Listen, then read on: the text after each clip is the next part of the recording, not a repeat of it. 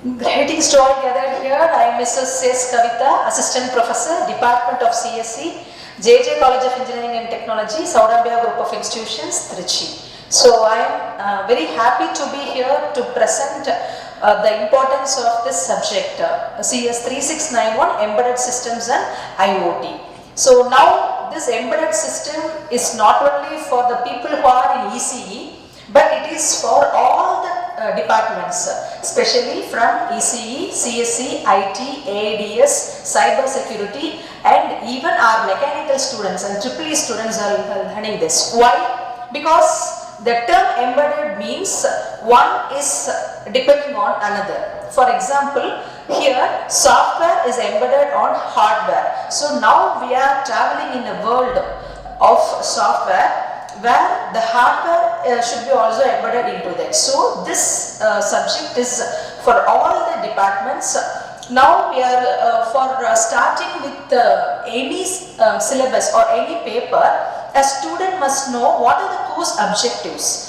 A student is coming and sitting in the classroom for the first class, they should know why we are studying this paper and what is the outcome of the paper. So to start with, we are coming with course objectives. So the first objective is we are learning the internal architecture of embedded processor. So not only the architecture and also programming. So architecture means we will be starting with block diagram and then we will be moving with the continuous architecture, the biggest architecture which we have seen for 8051, and then we will train the students what is instruction set, what are the instructions, what are the types, and then we will be training them for programs. So this will be covering for the objective number 1. And now we are going with the second one to introduce interfacing IO devices to the processor. So earlier 1980s we had microprocessor, now we have moved into microcontroller. In the middle we have DSP processor also. So we have to know the difference. So for microprocessor we'll have external devices, we'll interface that and all. Now we are having all these IO interfaces inside the controller. So we have to tell the student what is an interface, what is the meaning of interface, what is serial interface, what is parallel interface, everything we have to make them to learn. And third one, to introduce the evolution of Internet of Things. Hope you have heard about this Internet of Things. So nowadays everything is moved into cloud platform and we are seeing everything, we are pushing and we are getting the information. So first we have to know what is IoT. So in that objective number 3, we will be clearing all those things, and for fourth one we will be building a low cost embedded IoT system using Arduino, Raspberry Pi and open source platform. So here specifically we will be seeing these two types of architectures, that is IoT systems using Arduino and Raspberry Pi. So everything are interfaced or everything are integrated in a single board nowadays. So the students are asked to see that board. We are having a beautiful laboratory in all the departments and we are having this embedded IoT laboratories growing. So we will be making them to understand where this Raspberry Pi is used, where this Arduino is used. So what is the programming to be used for Arduino and what is the programming to be used for Raspberry Pi. We will be telling all those things, and we will be asking the students to prepare a mini project so that they can identify what is what, because they know C and C++. Now we have to train them embedded C and Python programming. And finally we have to apply the concept of Internet of Things in real world scenario. This is a very beautiful thing. So real world means we will be going into applications. For example, if you are going for smart, this IoT based agriculture means we will be wearing this AR, IR devices. So augmented reality, virtual reality devices. While we are wearing that, we can see the entire thing in front of us as a farm. We can see the sensitivity of the sand, how much of water to be flowed. Everything we can do and we can design it as a project. So all these are said to be objectives. When the students are very clear with the objectives, surely I can achieve 100% result with my students.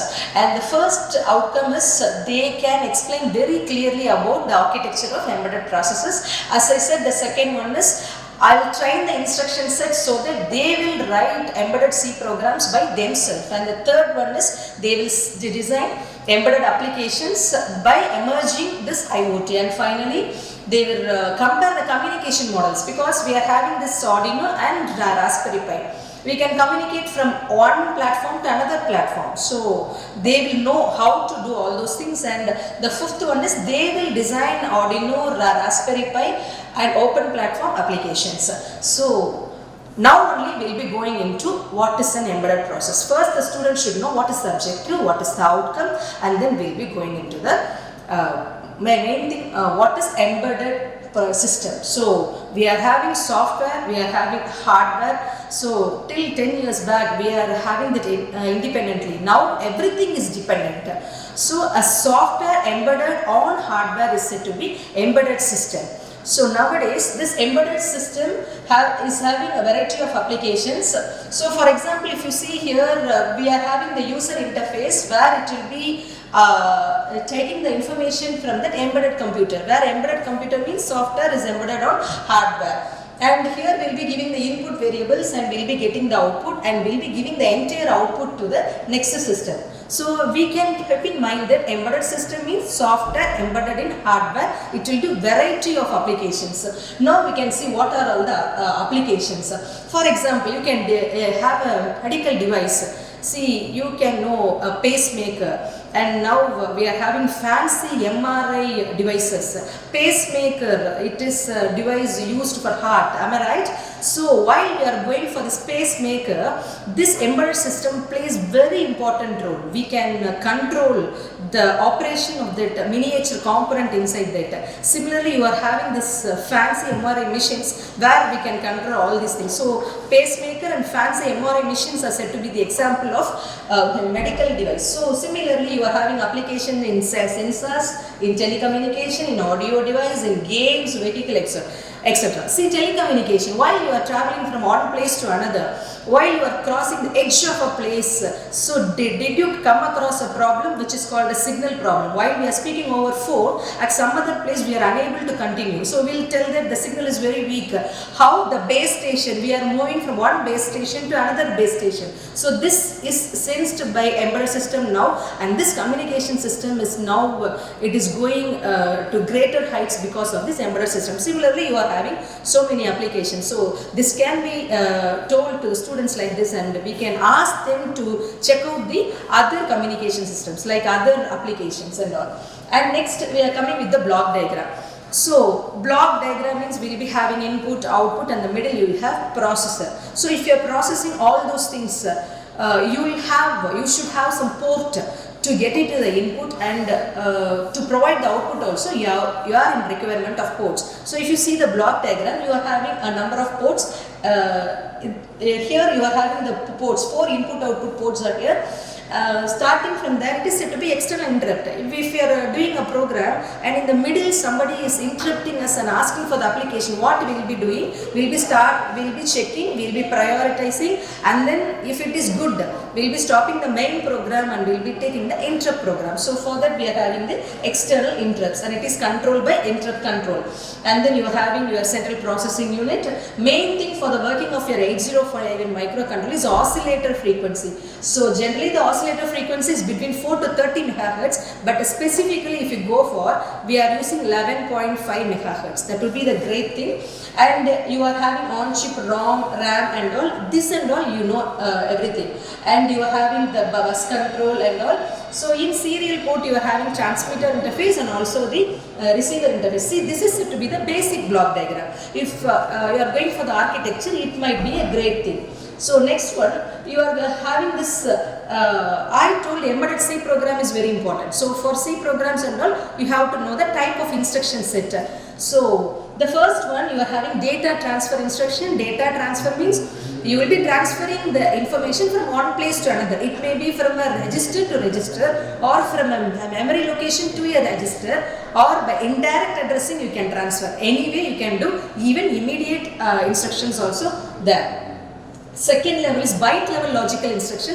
Byte means it consists of 8 bits.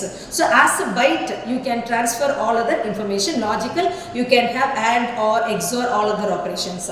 And third one, you are having arithmetic instructions. Arithmetic means addition, subtraction, multiplication, division and all. In this addition, you are having a special type of instruction here. You can add with carry. Similarly, you can subtract with borrow. Okay. So multiple of instructions are here. And fourth level is bit level operation. Byte level means you are using 8 bit. And bit level means you are going to change 1 bit. You can change a carry bit or you can clear that carry bit. And you are having a rotate and swap instruction, and finally jump and call. If you want to go to a separating program from the main program, you can jump and finally you can come back. So these are all the type of instruction. If you know that type of instruction, you can go for the programming, and this addressing mode plays very important role. As already I told you that for transferring, for indirect messaging is used here. Immediate means in the instruction itself you can directly give the input, and the register addressing mode, here you are having the registers from R0 to R7, you can make use of that. And direct addressing mode, directly you can give the memory location. If you are coming for indirect addressing, you can put a symbol at R0, which means that the memory location is specified by the register, which is indirectly informed. And indexed, you are having specific index register, you can use that data pointer as a specific register. So these are the types of addressing modes. And in this embedded systems and IoT, the last 3 units will be covering with IoT, how it is emerging, how it is can be applied to the application. Everything is clearly explained. As I told in the starting itself, IoT can be used. We have started with locks, with the cameras. So everything is embedded system, and IoT means we are pushing all the information to the cloud, and if required, we can take the information. So the main thing is you are going to use this IoT all over the world. We have to know what is what. So we are having a good set of laboratory in all the departments. In a single kit, we are having all this embedded, and for IoT devices, that is Arduino, Raspberry Pi, everything is there, and all the sensors are there, IR sensors, everything. So a single kit can be used for everything. So you have to know C++ programming and Python programming for that. So if you are very well versed in all those things, you can really come out of the fear from embedded and IoT. All the very best. Thanks for the opportunity, and thank you.